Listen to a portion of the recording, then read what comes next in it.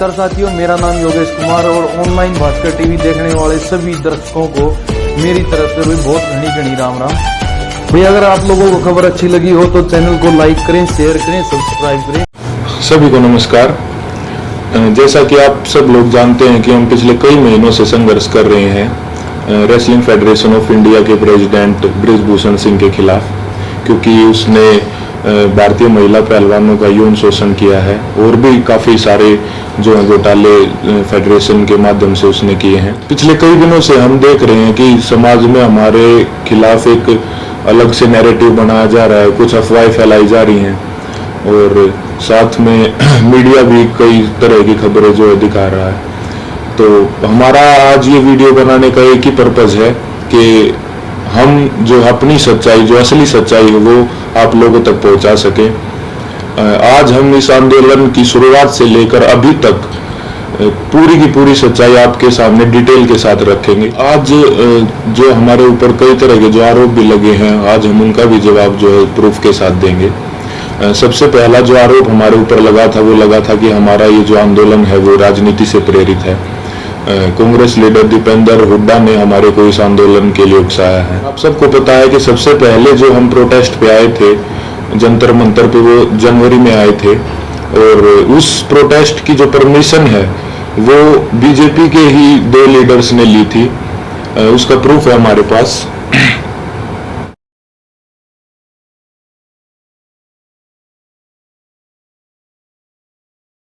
जो प्रोटेस्ट की जो परमिशन जो जंतर मंतर थाने से ली गई थी वो बीजेपी लीडर तीर्थ राणा और बीजेपी लीडर बबीता फोगाट ने जो वो परमिशन ली थी, जिसका प्रूफ भी अभी हमने आपको दिखाया। तो ये कैसे हो सकता है कि ये आंदोलन जो है वो कांग्रेस ने करवाया? गारंटी के साथ बोल सकते हैं कि 90% जो कुश्ती से जुड़े लोग हैं, चाहे वो पहलवान हो या कुश्ती से जुड़े हमारे कोचेज हों, उन सबको जो है ये पता था कि 10-12 साल से जो है इस तरह की छेड़छाड़ जो है महिलाओं के साथ जो है हो रही है, या किसी और कुछ लोगों ने देखा भी था, जिसका प्रूफ मीडिया में कुछ कोचेज ने दिया है। कई लोग जो है इसके खिलाफ आवाज उठाना भी चाहते थे, लेकिन हमारी जो रेसलिंग कम्युनिटी है उसमें एकता की कमी थी। अगर किसी ने जो सिंगल अगर ये आवाज उठाने का फैसला भी किया तो वो बात जो है रेसलिंग जो है फेडरेशन के प्रेसिडेंट तक पहुंच जाती थी और उस आदमी के कैरियर में दिक्कत आना स्टार्ट हो जाती थी। लगातार और बार बार हमने सभी को बताया है कि जो हमारी लड़ाई वो सरकार के खिलाफ नहीं है, हमारी लड़ाई जो है रेसलिंग फेडरेशन के प्रेसिडेंट के खिलाफ है, क्योंकि जो भी शोषण उसने किया है, जो भी रेसलिंग के लिए गलत किया है वो उसने फेडरेशन के पद पर बने रहते हुए किया है।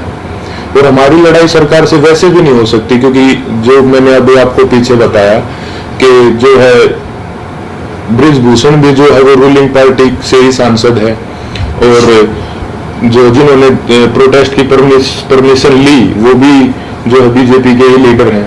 तो इससे तो ये साफ होता है कि भाई हमारी लड़ाई सरकार के साथ नहीं थी। और हमारे ऊपर दूसरा आरोप ये भी था कि हम इतने टाइम तक चुप क्यों थे। तो इसके कई कारण हैं। सबसे पहले तो एकता की बहुत कमी थी, एक साथ कभी हम हो ही नहीं पाए। और इसका दूसरा कारण तो आप समझ ही सकते हैं कि माइनर जो लड़की जिसने 161 के बयान दिए, फिर 164 के, उसके कई दिन बाद जो है उसने अपने बयान बदले, क्योंकि उसके परिवार को डराया गया, धमकाया गया।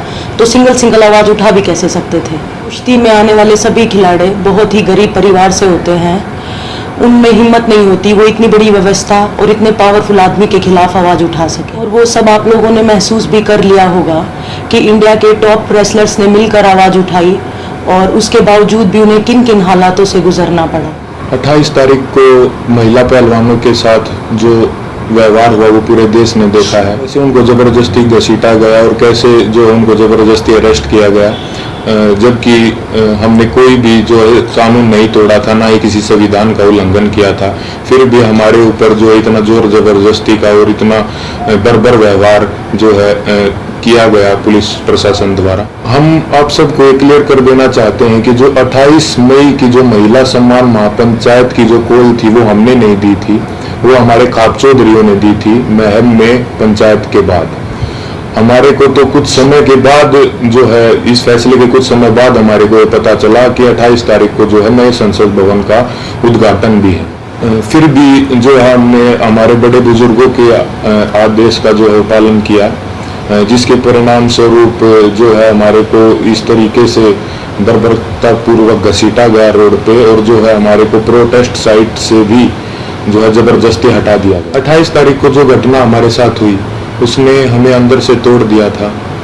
हमने देश के लिए इतने पदक जीते, देश का इतना मान सम्मान बढ़ाया, फिर भी हमारे मान सम्मान को जो है वो सड़कों पर रोन दिया गया। उस घटना के बाद हम जो इतने आहत हो गए थे, इतने परेशान हो गए थे कि वो बात हम वर्ड्स में भी नहीं बता सकते। हमें कुछ समझ नहीं आ रहा था कि हमारे साथ ये क्यों हुआ। उसके बाद हम सब ने अपने सारे मेडल्स गंगा जी में विसर्जित करने का फैसला लिया, क्योंकि हमें वो अपने सारे मेडल्स बेमानी नजर आ रहे थे। लेकिन फिर हरिद्वार में भी हम सब इस तंत्र की साजिश का शिकार हो गए। जैसे ही हम हरिद्वार में अपने मेडल बहाने पहुंचे तो तंत्र से जुड़ा एक आदमी बजरंग का हाथ पकड़ के साइड में ले गया और उससे पता नहीं कितने नेताओं की बात करवाई कि आप रुको, आपके बारे में मीटिंग चल रही है और आपको न्याय भी मिल जाएगा, आप बस 7 बजे तक रुको। और कैसे भी करके जो है 7 बजे तक बजरंग को जो है रोक के रखा, और एग्जैक्ट 7 बजे तंत्र से जुड़े और भी इसी तंत्र से जुड़े लोग पता नहीं कितनी संख्या में वहां पर पहुंच जाते हैं, और वहां पे जो व्यवस्था इस तरह की बन जाती है कि अगर उसके बाद हम मेडल बांटे जाते तो वहां पे हिंसा भी हो जाती। तो वहां भी हमने फिर समझदारी जो दिखाई और जो है रुकने का निर्णय लिया कि अभी हम रुक जाते हैं। और एक और बात क्लियर कर दे कि वो मेडल हमने सिर्फ अपने कोचेज को और अपने माँ बाप को वापस दिए थे। वहां पे क्या चल रहा था ये हमारे को कुछ समझ में ही नहीं आ रहा था। हम उस मानसिक स्थिति में थे ही नहीं कि हम वहां पे किसी साजिश को या वहां पे क्या चल रहा है इस चीज को समझ पाते। हम बहुत ही एक तनाव में और एक बहुत दुखी मन के साथ अपने जीवन की पूरी कष्ट कमाई को वहां लेके गए थे। लेकिन वहां पे क्या हुआ उसको, क्योंकि हम जो है आंदोलनकारी नहीं है ना, हमें एक्सपीरियंस है, हमने जो है पूरी जिंदगी कुश्ती करी है ना, सोशल लाइफ भी नहीं जिए, तो कई बार इस तरह के जो माहौल क्रिएट होते हैं वो नहीं समझ में आते। साथ में हम अपनी जिंदगी की पूरी कमाई वहां पर लेके गए हुए थे। इस घटना के बाद हमारी मानसिक स्थिति ऐसी हो गई थी कि हमें कुछ भी समझ नहीं आ रहा था कि कौन हमारे साथ है, कौन जो हमारे खिलाफ है, कौन इस तंत्र का हिस्सा है। हम दिमागी रूप से बिल्कुल जो है ब्लैंक आउट हो गए थे। और फिर उसके बाद कई लोग हमारे को मिलते रहे, कुछ समझाते रहे, हमारे को कुछ समझ नहीं आ रहा था कि किस पे विश्वास करें और किस पे ना करें। इसी बीच ये समझाया गया हमको कि होम मिनिस्टर सर से आपको मिलना चाहिए, क्योंकि जो है सारे समाधान वहीं से निकलेंगे। हम वहाँ पे सिर्फ अपनी बात रखने के लिए गए थे। और अब ये भी सुनने में आ रहा है कि कई खापे जो हैं वो हमसे नाराज हैं। मैं सबसे हाथ जोड़ के यही विनती करना चाहूँगा कि आप प्लीज़ अफवाहों पे ध्यान मत दो। अगर अनजाने में हमसे कोई गलती भी हुई हो तो हमें माफ़ करो। इतने दिन लगातार संघर्ष करने के बाद, इतने लोगों से मिलने के बाद हमने क्या महसूस किया है, क्या सीखा है, ये तो अभी हम आपको वर्ड्स में नहीं बता सकते। लेकिन हमने कई ऐसे इंसान भी देखे हैं हमारे साथ, और कई ऐसे संगठन देखे हैं जो निस्वार्थ भाव से जिन्होंने हमारा समर्थन किया है। हम उनका दिल से धन्यवाद करना चाहेंगे। संयुक्त किसान मोर्चा ने जो है पूरे जी जान से धरातल पे भी जो है हमारा जो समर्थन किया है। भाई चंद्रशेखर रावण का भी मैं दिल से धन्यवाद करना चाहूँगा, क्योंकि ये तंत्र जात पात में हमको बांट के बांटना चाहता था, लेकिन उस भाई ने हमारी दिल से सपोर्ट की है। तो चंद्रशेखर भाई का भी दिल से धन्यवाद। सत्यपाल मलिक जी का भी मैं धन्यवाद करना चाहूँगा कि उन्होंने हमारे को प्रेरित किया कि कैसे बेबाकी से अपनी बात जो है रखी जाती है। साथ ही सभी महिला संगठनों का भी मैं जो है दिल से धन्यवाद करना चाहूँगा कि उन्होंने जितनी ताकत उनमें थी हमारा सपोर्ट किया है। साथ ही छात्रों का भी, हर एक उस इंसान का जो निस्वार्थ भाव से हमारे पास हमारे समर्थन के लिए आए हैं, उनका हम दिल से धन्यवाद करना चाहेंगे। और हम चाहेंगे कि आगे भी मुसीबत के समय में आप हमारा ऐसे ही साथ दें। इसके लिए मैं धन्यवाद करना चाहूँगा बीजेपी लीडर जो है बबीता जी और तीर्थ राणा जी का, कि उन्होंने जो है पहलवानों को एकजुट करने का काम किया। साथ ही उन्होंने इस आवाज़ को उठाने के लिए उन्हें मोटिवेट भी किया। उसके बाद इन्होंने ही सरकार के साथ जो है मीडिएटर बन के जो पहलवानों को एक कमेटी का नाम देके जो है आश्वासन दिलवाया सरकार से, यही उसके बीच में जो है मीडिएटर थे।